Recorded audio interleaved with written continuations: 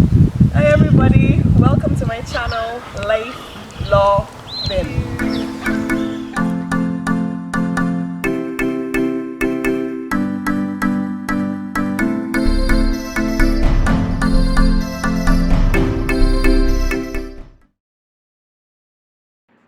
Hi everybody, welcome back to my channel. Today I have with me Ambia Paris, a fellow Bajan, and Adrian Wellington from Jamaica. You know, it's all Caribbean people in the house today. And we are actually talking about how we managed our time so well to actually pull off an event entitled Soca versus Dancehall and double our investment. So I brought two of the committee members on. The other two couldn't make it today, unfortunately, so that we can talk about how we did it.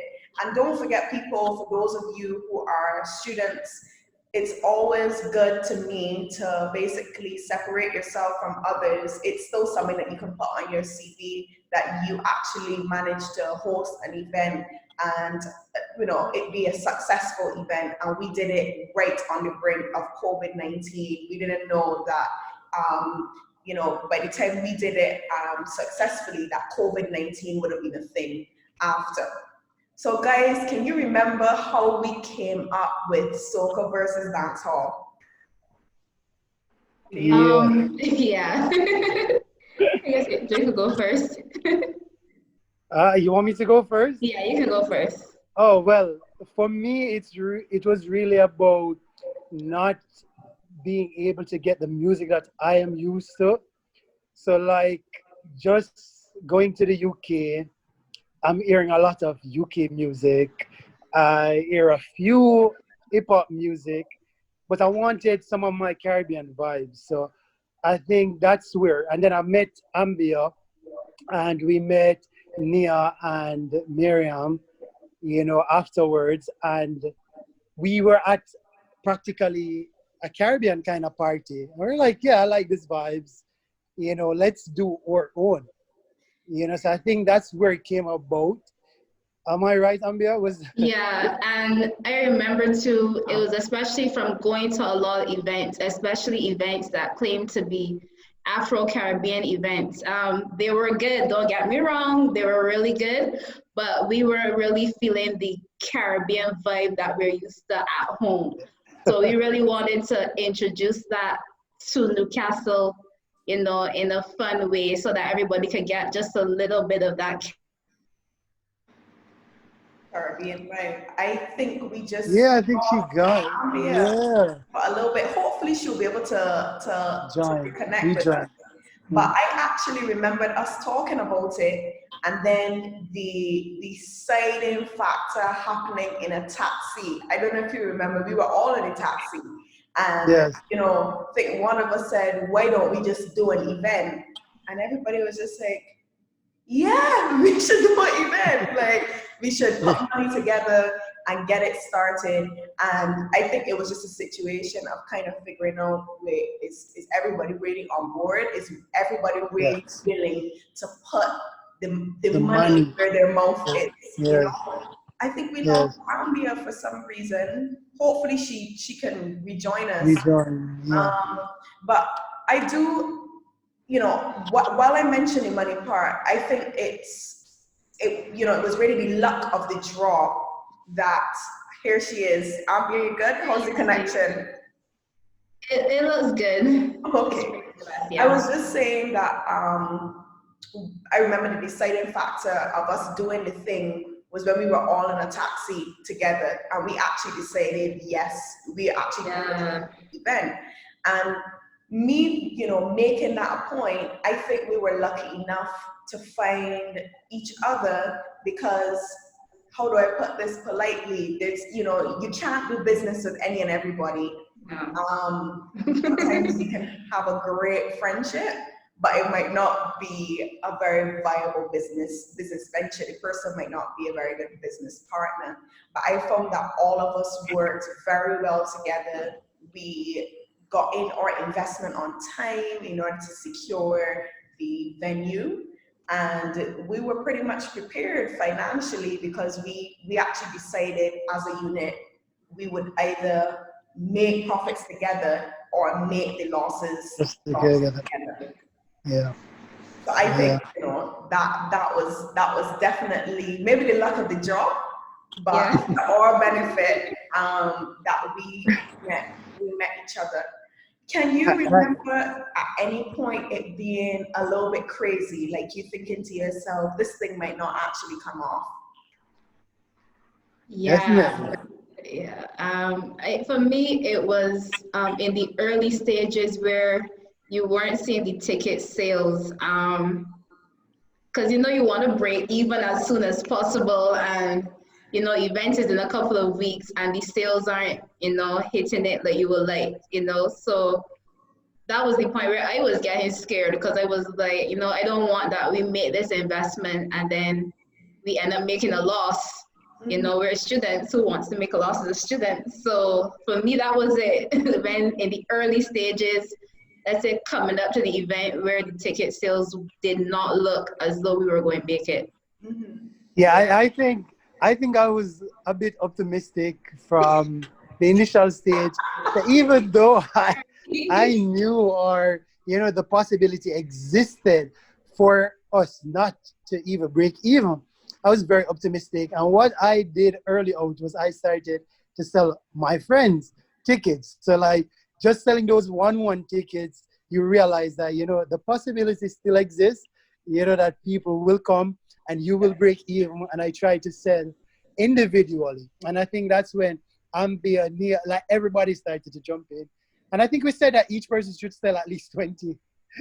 Listen, we went on a marketing, I'd say marketing mania. Like we were out, I think it was at Northumbria. I went and I basically came in and intruded on an ACS meeting. I'm an ACS member at Newcastle, but I was just saying, come on, you have to buy tickets.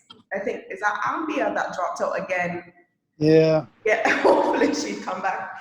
But I was just out hustling, and I think it was just all of us recognizing, okay, our money is in this, and this could actually be a great Yeah. fight, and we just started making sure that we sold those tickets by marketing. It was a great marketing tactic. We were by Northumbria, we were by Newcastle. We put up so many posters.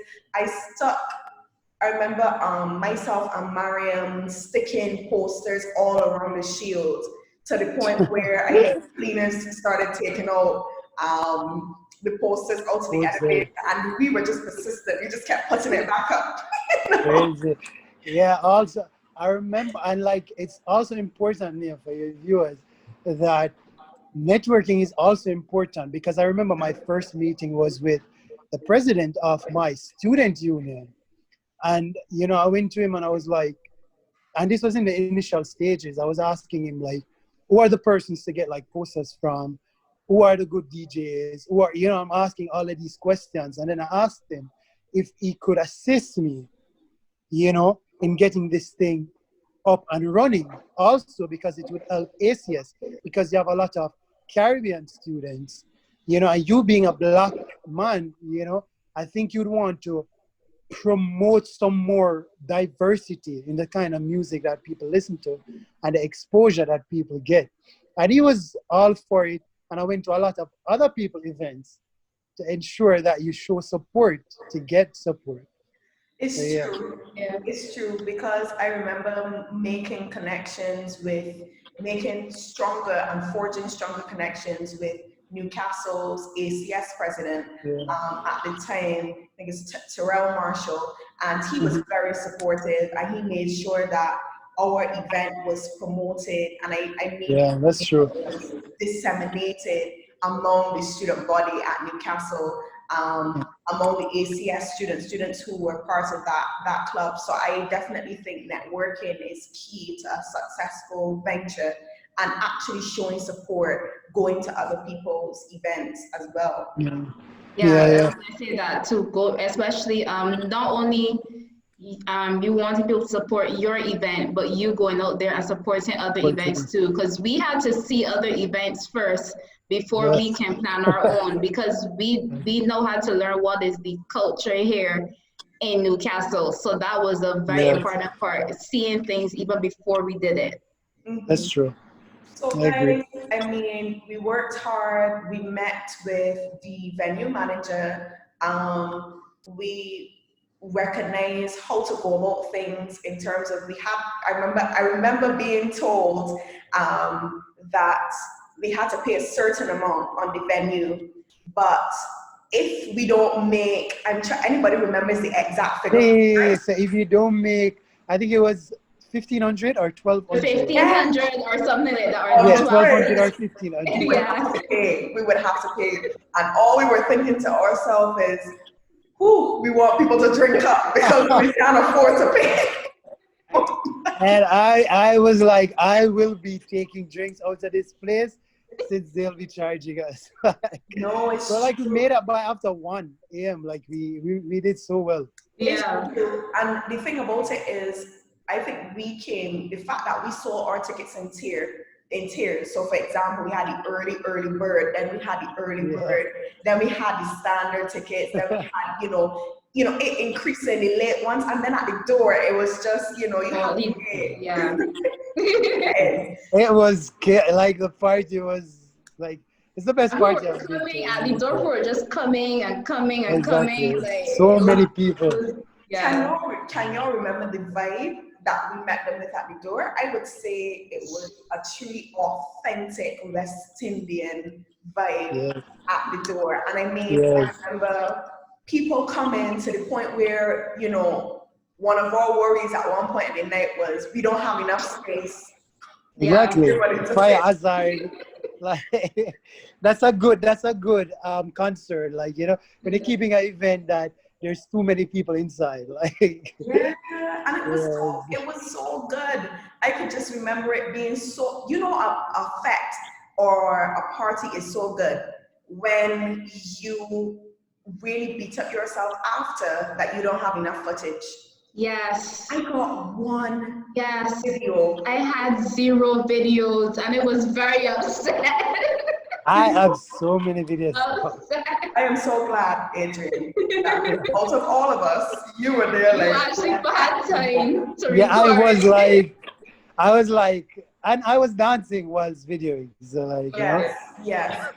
I would say though that in the end, I think even that point in the night, I had people asking us if we're going to be around for the summer or year for a second one, a part 2. And I think you were saying we still get the messages on our Instagram page. Like as I was telling you, Nia, somebody Portsmouth ACS just sent a friend request, to be added to our Caribbean Explosion page. So like we're still getting requests. oh wow, I mean, wow. I think what are the plans now, people? Because I know that you are in Jamaica, Adrian. Have you've gone home too? No, I'm still in Newcastle, but most likely by end of October, I may be gone. Yeah, I may be leaving Newcastle. Maybe, I'm not sure yet. We'll see. So our committee members are going different places because I'm heading off to Leeds. It's just a plane away though, so plane ride away. And I am telling you right now, people, do not kill any hopes in terms of you thinking to yourself that there cannot be a Soca versus Dancehall part 2. True, exactly. It will be bigger. It will be bigger and better.